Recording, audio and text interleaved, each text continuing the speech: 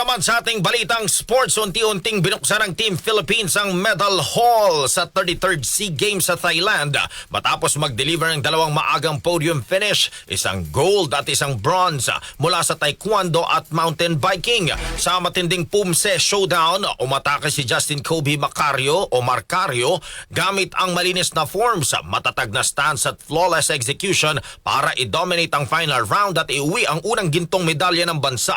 Nagbigay ito ng maagang boost sa medal tally at moral ng buong delegasyon, lalo't target ng Pilipinas na umabot sa humigit kumulang 60 golds ngayong edisyon na palaro.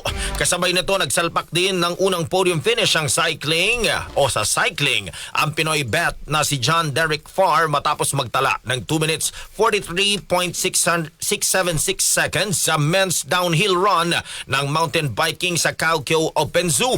Para sa Pilipinas, ang magkasunod na medalya ni Marcario at Farr ay nagsisilbing maagang momentum na maaring magtulak sa mas malakas na medal charge sa mga susunod na araw ng kompetisyon.